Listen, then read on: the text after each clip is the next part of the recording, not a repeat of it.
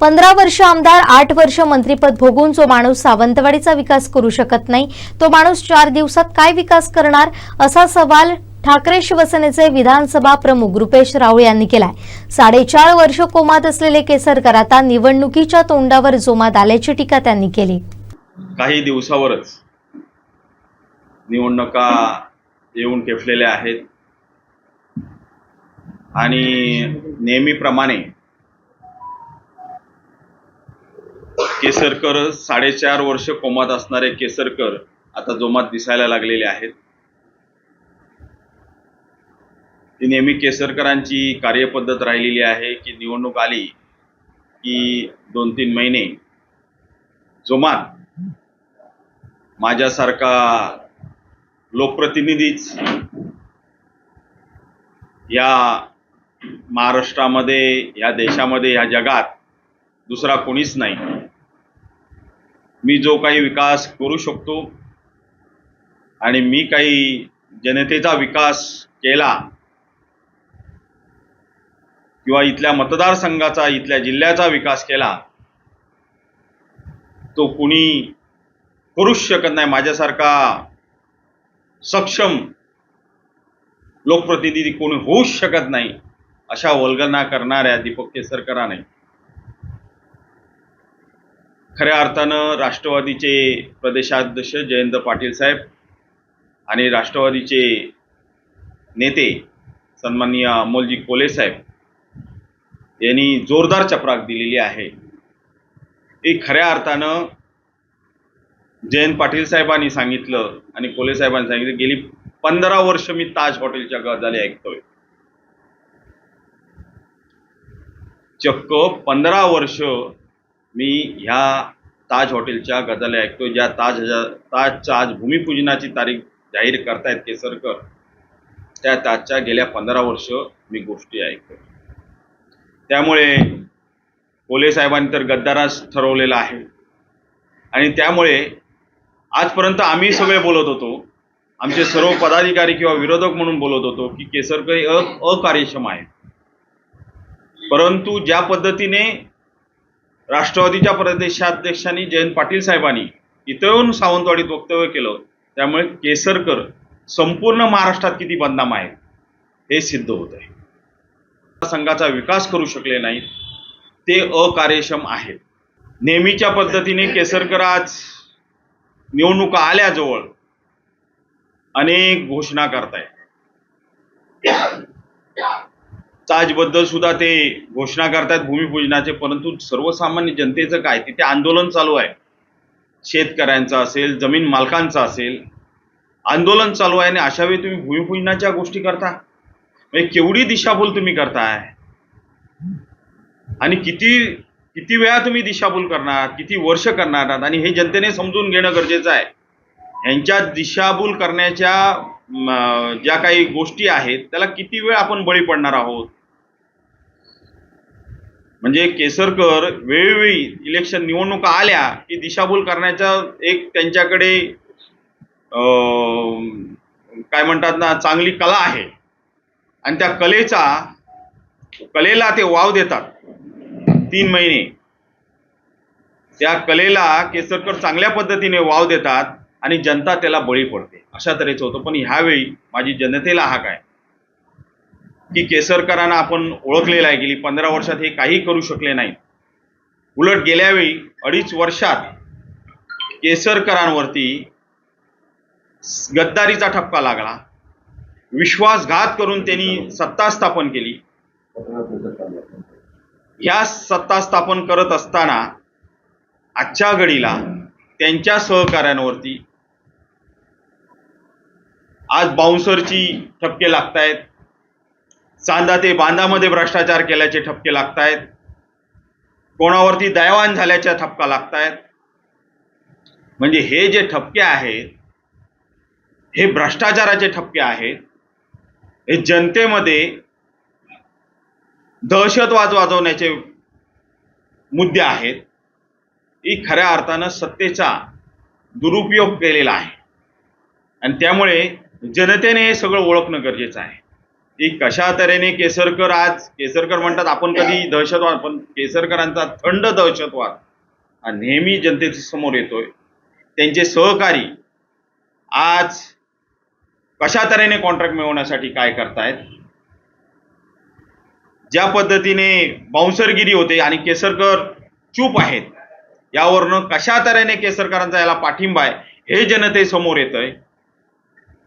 आज केसरकरांच्या चांदा ते बांधामधून भाजपचे नेते राजन तेलींनी जाहीर केलं की 29 लाखाचा भ्रष्टाचार झालाय ट्रान्सफॉर्मर देण्यामागे.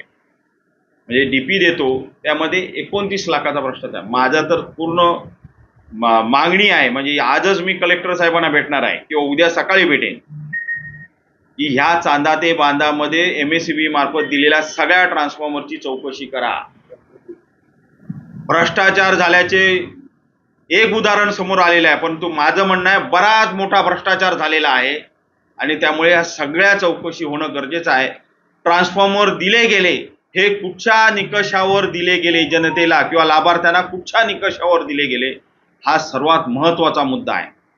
कारण आम्ही सुद्धा याद्या मागवल्या, त्याच्यामध्ये सुद्धा असंख्य संशय व्यक्त करणाऱ्या यादीमध्ये नावं आहेत आणि त्या संदर्भात आजच्याच किंवा उद्या सकाळी आमचं शिवसेनेचं शिष्टमंडळ जिल्हा प्रमुख बाबूराव दुरी यांच्या नेतृत्वाखाली कलेक्टर साहेबांना भेटणार आहोत. तऱ्हेचे ठपके होत असताना केसरकर मात्र मोठमोठ्या वल्गना करायच्या सोडत नाहीयेत. ताज असेल आणि काही असतील, काही दिवसापूर्वी 2 दिवसापूर्वी म्हणालेले शिंदे साहेबांकडून, म्हणजे मी आता मुंबईतून येणारच नाही, माझी सगळी विकास कामं घेऊन येणार.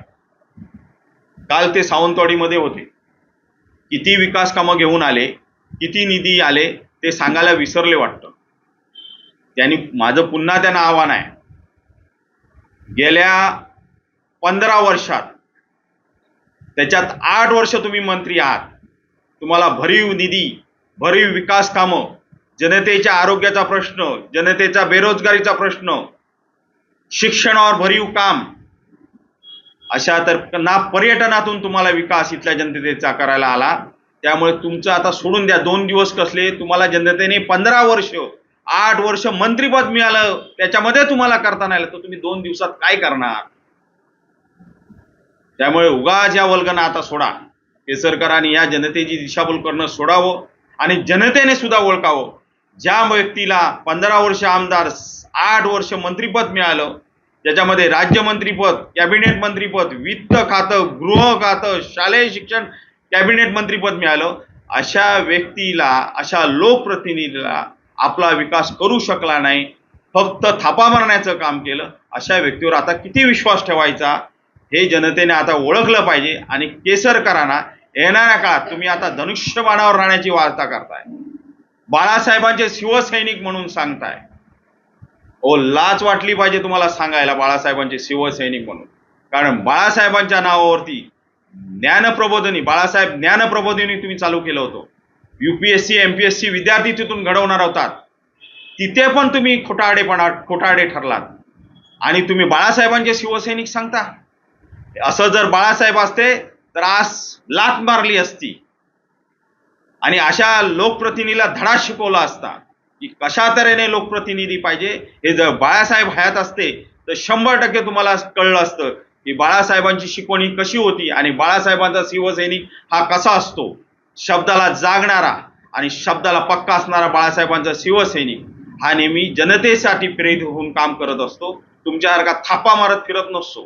त्यामुळे येणाऱ्या काळात केसरकरांनी उगाच जनतेची दिशाभूल करून आणि स्वतःला शिवसैनिक जनतेसमोर सांगून शिवसैनिकांचा अपमान करू नये, अशा तऱ्हेचे माझं आव्हान आहे त्यांना.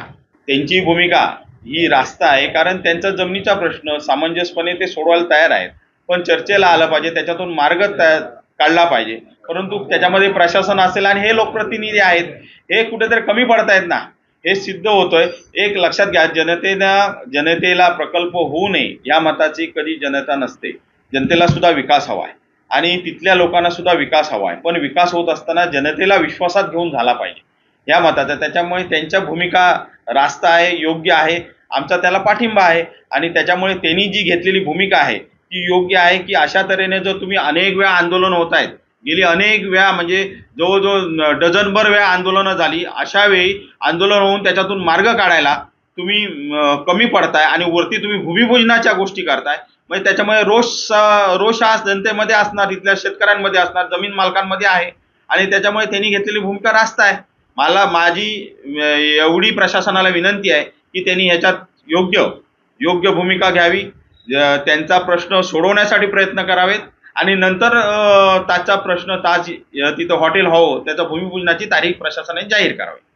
माझं आव्हान आहे तेली साहेबांना की ज्या पद्धतीने मध्यंतरी संजू परवानी सांगितलं की काय आहे की लँड माफिया आहेत. आज तेली साहेब बोलतायत की भ्रष्टाचारावर अर्धवट माहिती जनतेसमोर देऊ नका, जनतेला संपूर्ण माहिती द्या. वेंगुर्ल्यातली ती व्यक्ती कोण, सूत्रधार, ते जनतेसमोर आणा ना. आपण जनतेचे सेवक आहोत की आपण जनतेसाठी सामाजिक बांधिलकी जोपासत काम करतोय, तर मग जनतेशी स्पष्टता झाली पाहिजे ना. तुम्ही अर्धवट माहिती देता, त्याच्यामुळे जनतेमध्ये गैरसमज होतात की नेमकी भ्रष्टाचार कोण करतोय, केसरकरांचा कुठचा सूत्रधार आहे, केसरकरांचा कोण माणूस आहे जो भ्रष्टाचार करतोय, हे जनतेसमोर येणं गरजेचं आहे ना. त्यामुळे माझी तेली साहेबांना विनंती आहे की त्यांनी एक भ्रष्टाचार समोर आणायला एक चांगली गोष्ट केलेली आहे, परंतु त्याच्यात एक विनंती आहे, स्पष्टता आणत जनतेसमोर खरा सूत्रधार कोण तो आणावा. 100% एक लक्षात घ्या, पक्ष हा वाढवायला मी पदाधिकारी आहे, मी शिवसैनिक आहे. पक्ष वाढवण्यासाठी इथं आमचं कार्य आहे, आमचं काम आहे आणि त्यामुळे येणाऱ्या प्रत्येक व्यक्तीचा, राजन तेली काय असतील आणि कोणी कार्यकर्ते असतील तळागाळातले, ते सुद्धा आले तरी त्याचं स्वागत करायला मी तयार आहे. माहिती आहे केसरकरांना भाजपकडून प्रवेश नाकारला, त्यामुळे केसरकर हे भाजपमध्ये जायचा प्रयत्न करत होते, परंतु भाजपवाल्यांनीच प्रवेश त्यांना नाकारला. भाजपची स्थानिक नेते मंडळी असतील यांच्याकडून त्यांना पोषक वातावरण मिळालं नाही किंवा अनुकूलता दिली नाही की त्यांना माहिती आहे केसरकर जर आपल्याकडे आले तर त्या पद्धतीने केसरकरांचा जो काही नाराजगीचा सूर आहे तो आपल्याला भोगावा लागेल आणि त्याच्यामुळे माझ्या माहितीनुसार भाजपने त्यांना प्रवेश नाकारला आणि म्हणून ते आज धनुष्यबाणावर किंवा शिवसेने नाही तर ते 100% भाजपमध्ये जायचा प्रयत्न करत होते. आपले महाराष्ट्र राज्याचे जे शिक्षण मंत्री आहेत ते आपल्या सिंधुदुर्ग जिल्ह्यासाठी शिक्षण मंत्री नसून शिक्षा मंत्री आहेत असं आम्हाला आज वाटायला लागलं. जे फळ पीक विम्यासाठी म्हणजे काजू आंबा असेल, म्हणजे आपल्याकडे जर कोकणात बघायला गेलं तर एकही उद्योग व्यवसाय आला नाही. हे आमचे जे आमदार आहेत स्थानिक, मोठ्या वल्गना गेल्या, मोठ्या योजना आणतो, मोठे प्रोजेक्ट आणतो, पण एकही प्रोजेक्ट झाला नाही.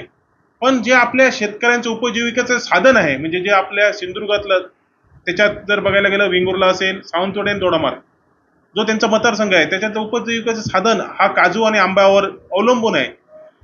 आणि गेल्या वर्षी शेतकऱ्याने विमा वेळेवर भरून सुद्धा मुदत त्याची उलटून गेली, तरी पण कुठल्याही म्हणजे त्याच्या हालचाल काही दिसत नाही विमा योजना मिळण्याची. आणि आता ते म्हणतात की कंपनी जो आपण आता बदलली आहे, म्हणजे रिलायन्स कंपनीकडे पूर्वी होतं, आता न्यू इंडिया इन्शुरन्स कंपनी आली आहे आणि ते आता म्हणतात होणार की नाही माहीत नाही. तुम्ही जर आमचा हप्ता जर जमा करून घेतला असेल तर तो आम्हाला शेतकऱ्यांना विमा मिळाला पाहिजे. दीपक भाईच्या त्यांना भेटले सुद्धा बऱ्याच वेळी, ते मुंबईला बैठक झाली. गेल्या टायमाला असंच झालं की आमचा निकष होता की जो विमा कंपनीने निकष घेतला होता, आंबोली सबस्टेशन जे हवामान सबस्टेशन आहे ते आपल्याला कोलगाव माडकुल जे विभाग आहेत त्यांना जोडलं गेलं होतं, पण शेवटच्या क्षणी ते चेंज करून सावंतवाडी सबस्टेशन जोडलं गेलं. त्यामुळे आपल्या माडकुल असेल, कोलगाव असतील आणि आंबोली ह्या पट्ट्यातल्या शेतकऱ्यांना काजू विमा पोटी मिळणार 9 कोटी जो विमा हे होता तो मिळाला नाही. आणि त्यासाठी दीपक भाईने मुंबईला बैठक घेतली आणि शेतकरी सगळे मुंबईला बोलवले. बिचारे शेतकरी आपल्या स्वतःच्या गाड्या करून काही करून मुंबईपर्यंत पोहोचले. त्यांचा पदरी मोड 50,000 रुपये खर्च आला आणि तिथे त्यांनी बैठक घेतली मंत्रालयात. धनंजय मुंडे साहेब होते आणि त्यांना आश्वासन केलं की आपण तुम्हाला तो विमा देऊ. पण गेल्या वर्षी सुद्धा तो शेतकऱ्यांना विमा मिळाला नाही. नंतर आपण चौकशी केली, त्याच्यात काय आलं की आम्हाला असं समजलं की मंत्र्यांचं आणि त्याच्यात साटेलोटं काहीतरी झालं विमा कंपनीचं आणि तो विमा गेल्या वर्षी सुद्धा मिळाला नाही. आणि ह्या वर्षी आता बघायला गेलो तर ह्या वर्षी सुद्धा आता विमा आम्ही भरून सुद्धा विमा शेतकऱ्यांना मिळत नाही. म्हणजे कुठेतरी ही शोकांतिकाचा विषय आणि ह्यात आपले स्थानिक मंत्री आहेत पण ते कुठलाही आवाज उठवत नाही. बऱ्याच वेळी शेतकऱ्यांनी त्यांना हेच केलं होतं, भेटले सुद्धा, पण कुठलेही त्यांचा पाठपुरावा त्याच्यात झाला नाही. त्यासाठी आपले उद्या आपले सर्व शेतकऱ्यांचं म्हणजे सावंतवाडी असेल, वेंगुर्ला असतील, दोडामार्गचे शेतकरी, उद्या आपले शिवसेना नेते सतीश सावंत साहेब यांच्या माध्यमातून कलेक्टर ऑफिसमध्ये घेराव घालायचं ठरलं आहे आणि त्यासाठी सर्व आम्ही पाठिंबा देत आहोत आणि सर्व शेतकरी त्यासाठी उपस्थित राहणार आहेत. आणि ह्या नाकारते सरकार असेल आणि हे आपले जे स्थानिक आमदार असतील यांच्या नाकारतेपणामुळे जो शेतकरी वंचित राहिला विमापासून आणि आता आचारसंहिता जर लागली असेल 2-4 दिवसात, म्हणजे त्यांच्या आता हे चालू आहे आचारसंहिता लागण्याचं, तर तो आमचा विमा मिळणार सो नाही. म्हणजे शासनाने त्यांचं असं म्हणणं आहे की शासनाने त्याचा हप्ता जो केंद्र सरकार आणि राज्य सरकारचा हप्ता आहे तो प्रीमियम रुपी भरला नसल्यामुळे कंपनीला विमा मिळण्यासाठी देण्यासाठी अडचण येत आहे. आणि आता कंपनी सो बदलली आहे, म्हणजे रिलायन्स करे होता, आता दुसरी कंपनी आली. म्हणजे माझ्या मत आहे की शेतकऱ्यांच्या टाळूवरचं लोणी खाण्याचं काम हे सरकार करत आहे आणि कुठेतरी ह्या शेतकऱ्यावर जो उदरनिर्वाहाचं साधन आहे ते कुठेतरी हिरावून घेण्याचं काम सुद्धा हे सरकारमार्फत होत आहे. त्याच्यात एक तुम्हाला सांगायचं गेलं की दुसरा एक विषय आहे की गेल्या टायमाला दीपक केसरकर साहेबांनी मोठ्या प्रमाणात हे केलं की काजूला हमीभाव मिळवून देईल. काजूला हमीभावासाठी 269 कोटी आले सुद्धा आणि त्या दोडामार्ग, वेंगुर्ला आणि सावंतवाडीचे शेतकरी येऊन प्रांत ऑफिस समोर बसले होते मागे 4 दिवसात. 269 कोटी दिले 10 रुपयाप्रमाणे, पण त्याने एवढं जागतिक अटी घातल्या की ते शेतकऱ्यांना मिळू शकत नाही आणि त्यासो आचारता लागली तेव्हा पैसे रिटर्न जातील. त्यासाठी सुद्धा आमच्या उद्या कलेक्टरना आम्ही निवेदन देऊ की लवकरात लवकर हे पैसे लोकांना शेतकऱ्यांना मिळाले पाहिजेत. आणि या दृष्टीने सर्वांनी आमचे शिवसेना पदाधिकारी असतील सावंतवाडीले ते सर्व उद्या आम्ही आंदोलनाला पाठिंबा देऊ. आमचे दिवसभरातले सर्व अपडेट्स, ताज्या घडामोडी आणि थेट लाईव्ह पाहण्यासाठी सबस्क्राईब करा, लाईक करा कोकणचं नंबर 1 महा चॅनल कोकण 7 लाईव्हचं YouTube चॅनल.